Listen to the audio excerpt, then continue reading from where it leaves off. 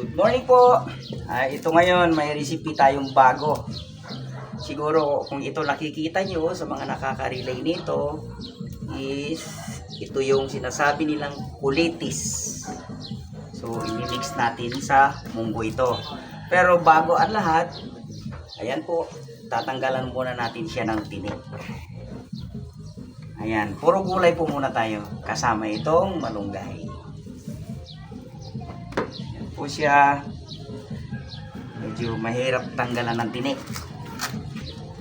So kailangan natin ng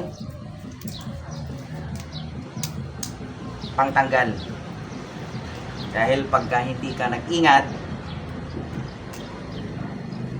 tusok ang daliri mo.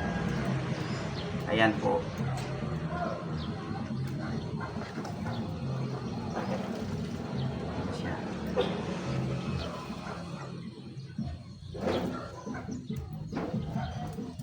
Ito po yung mga tinik niya. Ayan, malalaki na kasi. Ito po. Ayan o. Ayan. Ayan po siya. Kung nakita nyo po ito, ayan, tinik na yan.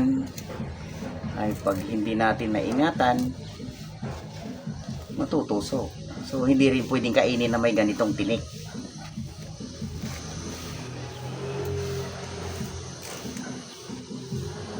Buti na lang may kasama po tayong tagatanggal.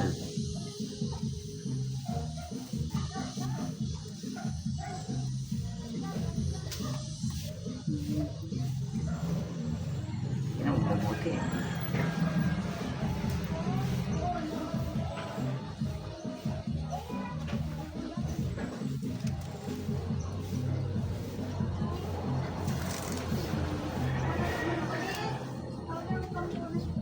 Yan, mamaya po papakita namin sa inyo kung paano yung pagluluto nito. Pero basic lang naman po ito.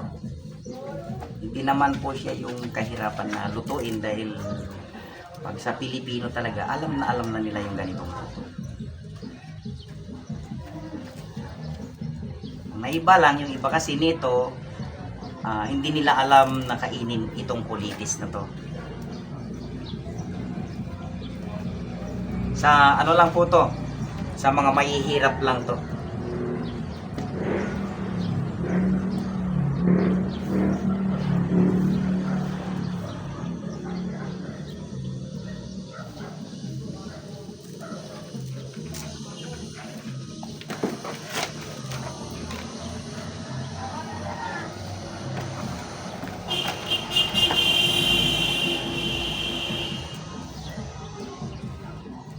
Ayan, aray ko, aray. Ayan, natusok na nga po.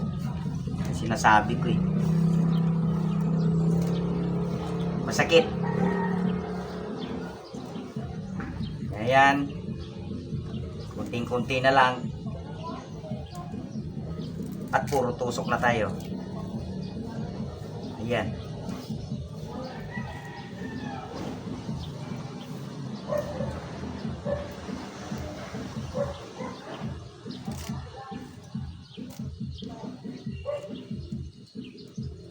Tapusin lang po namin itong pagtatanggal ng tinik, then papakita namin sa inyo mamaya kung paano yung procedure ng pagluluto.